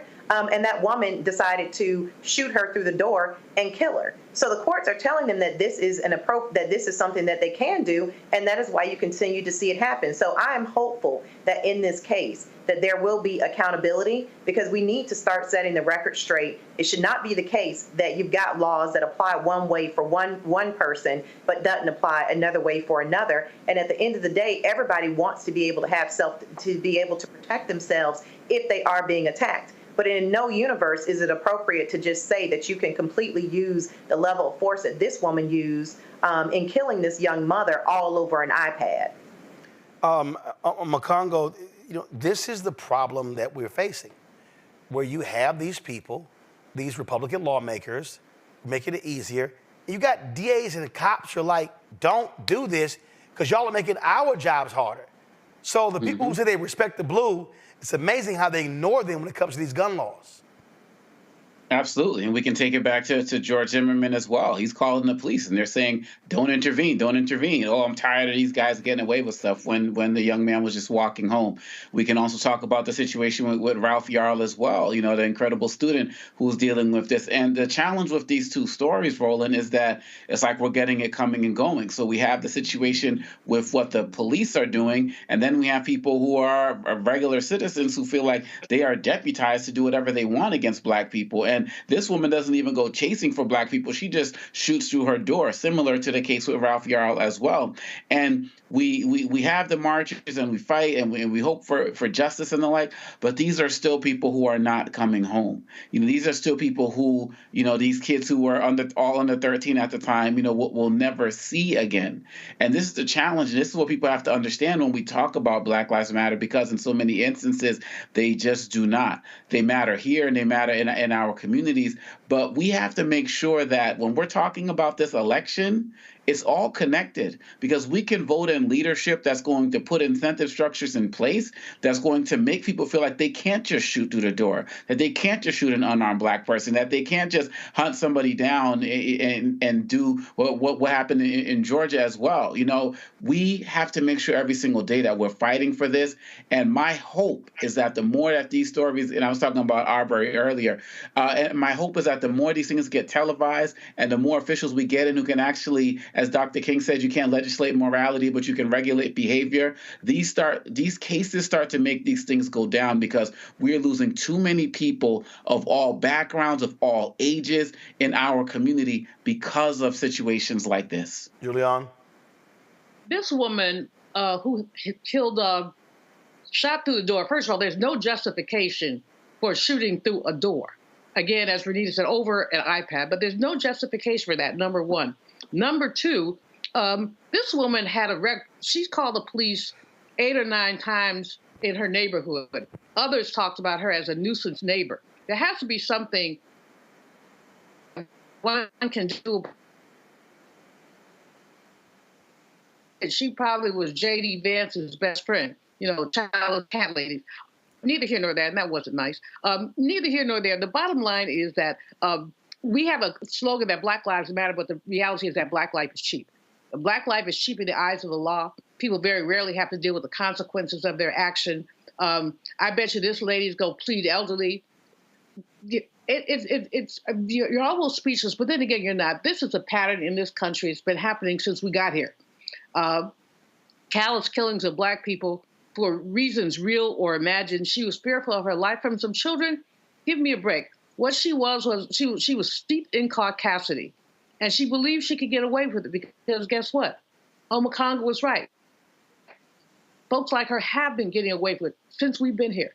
So I hope that they throw the book at her. The police in Philly, again, that's not unusual. We see this every day. The question is when, not our Black people or people of color, but when is our nation going to rise up and say, this is enough? We're tired of young people being shot, mothers being shot, joggers being shot, primarily because of the color of their skin. Well, they don't mind it because it's not them. And then when all of a sudden it happens to them, then attitudes change. And so, look, we keep saying it, until these white women, these white mothers and others stand up, like what happened in Tennessee, you're not going to see any of these changes. And look, we saw what happened after Sandy Hook. They didn't do anything when kids were slaughtered. Oh, no. They got to feel maximum pressure, but it's not just protesting. They have to feel it at the ballot box. All right, folks, which brings me to this. So my frat brother, Matthew Bradford, hit me up and said, hey, man, I want to see you in this shirt. So there's a sister who is out of Florida. So she made this shirt. It's called Dacia's Designs. She's an AKA there. And so Dacia has her company. And so, of course, everybody's talking about my black job. She sent me this here. My black job is voting. And so she's selling this shirt. And we get a promo code. If you use the promo code Roland, you get a discount on the shirt. And so if y'all want to get this shirt, man, absolutely get it. Go to DACIASDESIGNS.com. DaciasDesigns.com. Again, the promo code, use the promo code Roland if you want to get this shirt. And any of y'all who get this shirt, take a picture, post it on social, and I'll be sure to show it right here on the show. So go to DaciasDesigns.com to get my hashtag Black Job is Voting t-shirt. And yes, she did it in the right colors, black and gold. But you ain't gonna wear black and gold. She has it in all divine nine. First of all, calm your little self down, Julian. Okay? Calm your ass down. Okay? All I said is it would have been nice in red and white, Roland. First of all, if you calm your ass down, and let me tell you, she got it in other colors. Golly. See? Y'all don't know how to do that. Well, baby, nice. And yes, she has it in other colors. She has it in all divine nine colors and other type colors as well. So just letting y'all know, if y'all get the shirt, use a promo code and say, man, nice, it had it in other colors. See, y'all just gonna make me cuss. You just want to cuss. No, you're gonna make me cuss by going there. So yes, there are multiple colors. She's out of Atlanta, so y'all can check it out. They got different colors, different color schemes. You can get the shirt. You see right there all the different colors right there. They got pink and green. They got red and white. They got purple and gold. They got blue and white. They got all the colors. Y'all can get them there. But we all know the best looking color is black and gold. So get y'all My Black Job is Voting t-shirts, and I want to see y'all rock it. And so, Daisha, I appreciate you sending me this shirt. Matthew, I appreciate you connecting me with her as well. And so, y'all, use the promo code Roland. We'll be right back.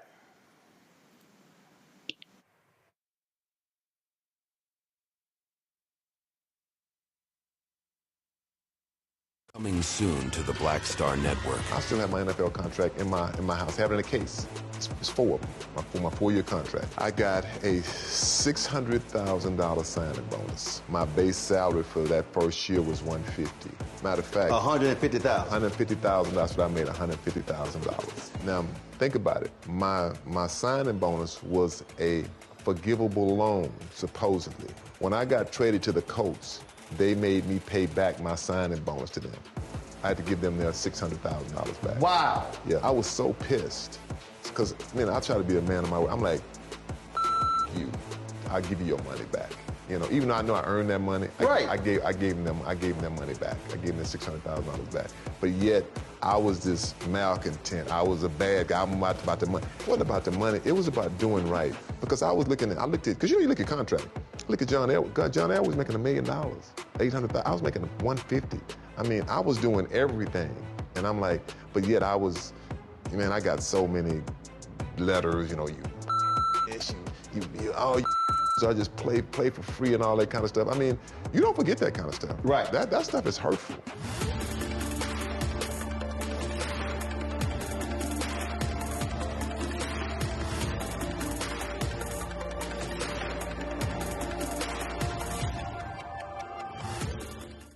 Hi, my name is Freddie Ricks. I'm from Houston, Texas. My name is Sharon Williams. I'm from Dallas, Texas. Right now, I'm rolling with Roland Martin, unfiltered, uncut, unplugged, and undamn believable. You hear me?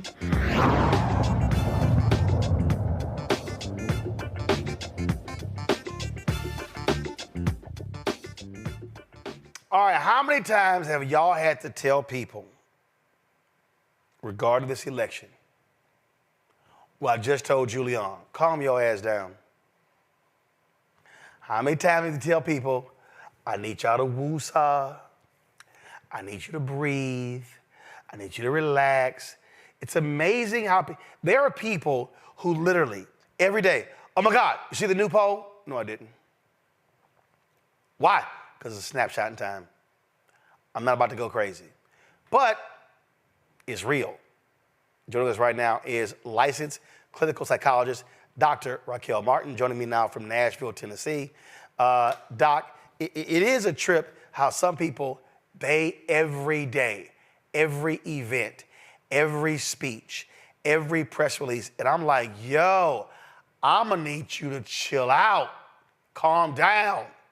It's 80 some odd days. You gotta pace yourself. Yeah, I will tell you the same thing I tell my husband when he says that. Never in the history of calming down has telling someone to calm them down as well. So it's easier said than done for most people. Look, I'm gonna tell you right now, my whole staff knows my absolute favorite phrase is, I'm gonna need you to calm your ass down. I'm sure your staff loves that. I'm sure that's their favorite phrase. That's my favorite, because I'm telling you, I don't, like when stuff gets crazy, I actually, it's like people think, oh my God, Roland, you're just energy. No, when stuff gets crazy, I actually get quieter, calm. I mean, I've been in 3 car accidents and I was literally like, you okay? Like not freaking out. So I'm always like, in a moment of anxiety, you actually need to calm down and bring yourself down and just think and process versus just constantly just hyping yourself up where you're hyperventilating.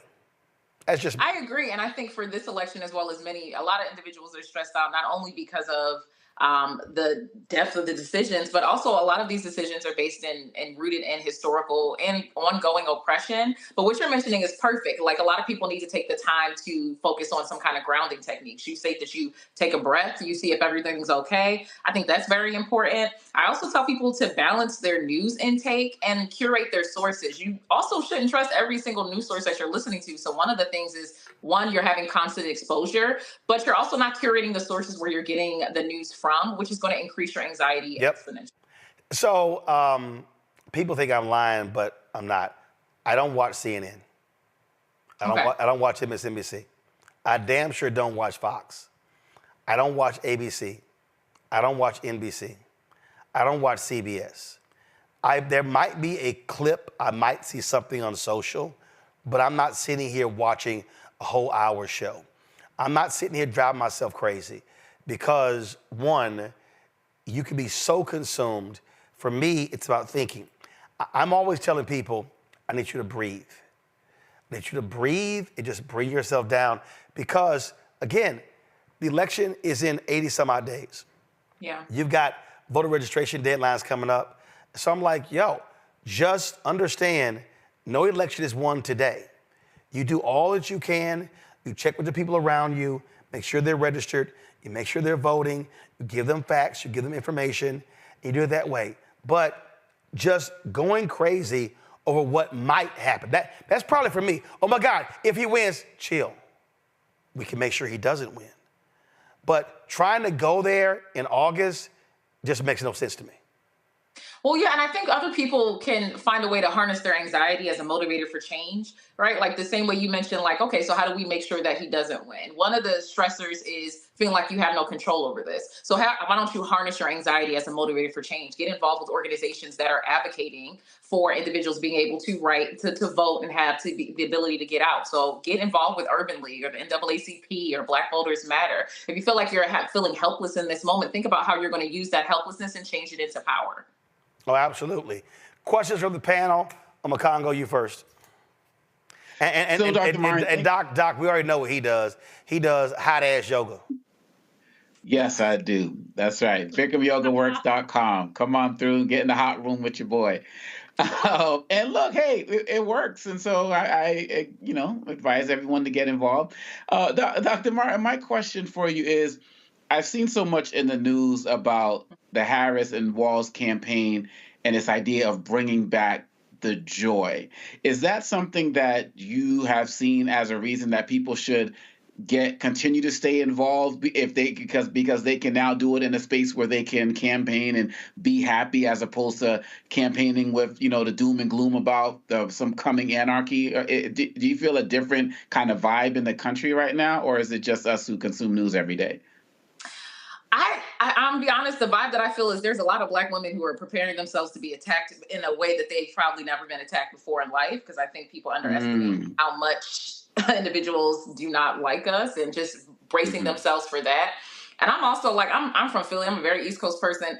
I can see the aspect of joy, but I more so see it as you do what you have to do.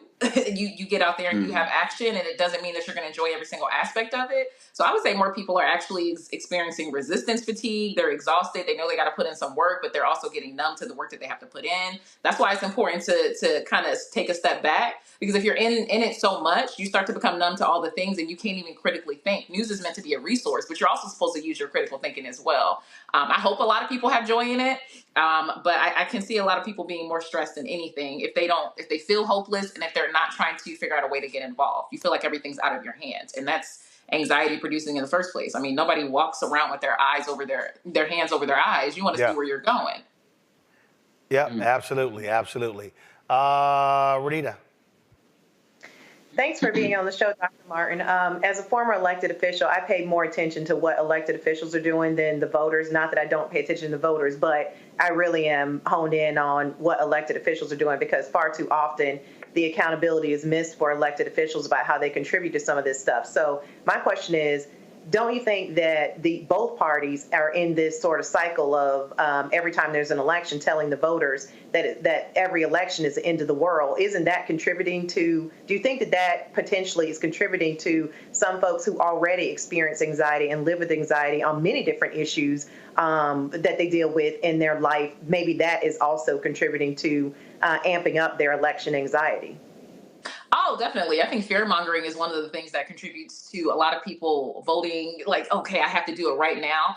But I think one of the biggest things that I think has been pushed more is it's not solely the presidential election that has to be advocated for. It's all of the local elections as well. But I think fear-mongering is used as a technique because if you think it's going to be the end of the world, one, you're going to have anxiety, but you're going to have anxiety while you press that button. So I think that does contribute to the stressors. I think it's also contributing to people feeling like they have to stay plugged in every single second because they think that they're going to miss something, some life-altering moment in the 10 minutes that you walked away from CNN. And I always say, if there's an alien invasion, I'm sure you will know. You know what I'm saying? It's like, I think that that's a tool that's used for many things. If we're even talking about like activism, and if we're talking about the justice system, fear-mongering is one of the ways that individuals advocate for having more weapons than anything, because they're like, well, what are you going to do without them?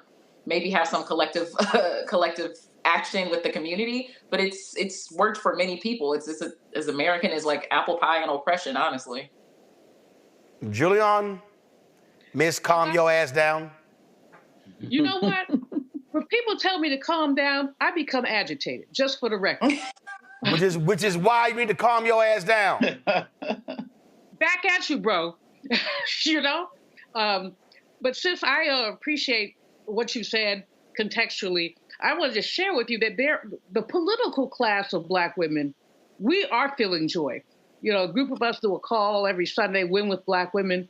We've been going long. It's a call where 44,000 women came on to support Kamala. And we've got icons who basically are talking about how they never thought they would live this long. So there's some joy there. My concern, however, the political class is not the majority. It's the people who care about politics, who keep the TV on all the time, who, you know, can tell you the line, chapter, and verse of Project 2025, which is scary, by the way.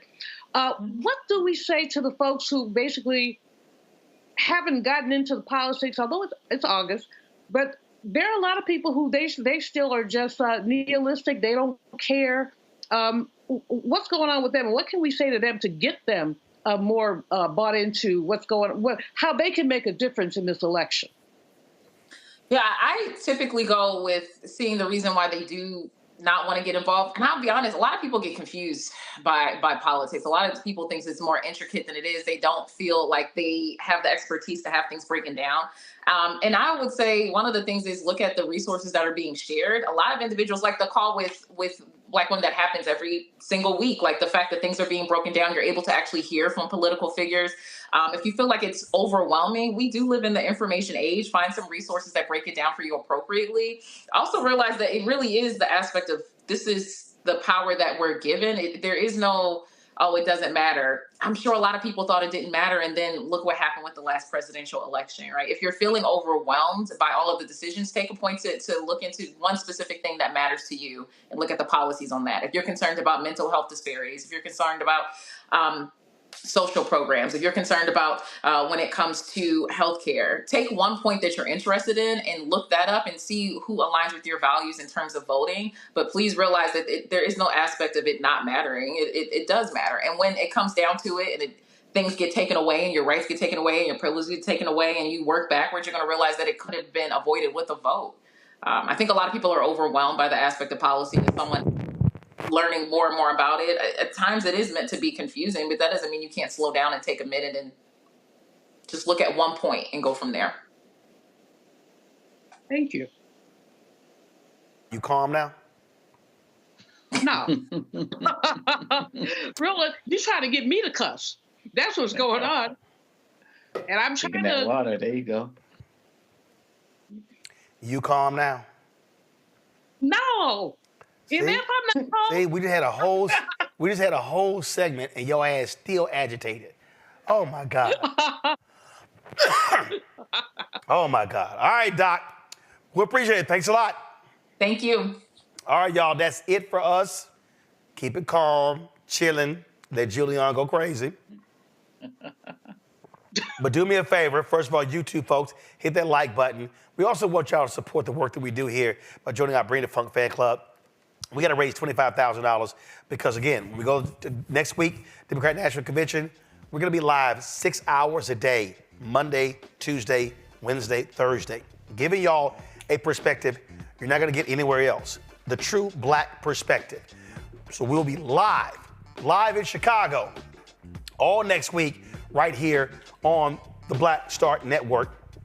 So please support the work that we do. Join the Bring the Funk fan club. Send your check and money order, P.O. Box 57196, Washington, D.C., 20037-0196.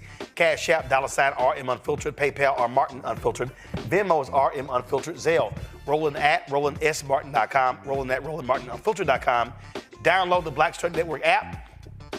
Apple phone, Android phone, Apple TV, Android TV, Roku, Amazon Fire TV, Xbox One, Samsung Smart TV. Also, be sure to get a copy of my book, White Fear, How the Browning of America is Making White Folks Lose Their Minds. Available at bookstores nationwide. Be sure to get your My Black Job is Voting t-shirt.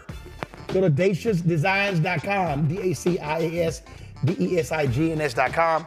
QR code on the screen there as well. Use the promo code Roland for your discount. And a portion of the sale shirt sold with that promo code comes back to the show. So I appreciate that, Dacia, and my frat brother Matthew Bradford hooking that up. Renita, Amakongo, Julian, thanks a bunch. I appreciate it. I'll see y'all guys later. Folks, until tomorrow, holla! Folks, Black Star Network is here. Oh, no punches! I'm real revolutionary right now. Support this man, Black Media. He makes sure that our stories are told. Thank you for being the voice of Black America, Roland. Stay black. I love y'all. All momentum we have now, we have to keep this going. The video looks phenomenal. See, there's a difference between Black Star Network and Black-owned media and something like CNN. You can't be Black-owned media and be scared. It's time to be smart. Bring your eyeballs home. You dig?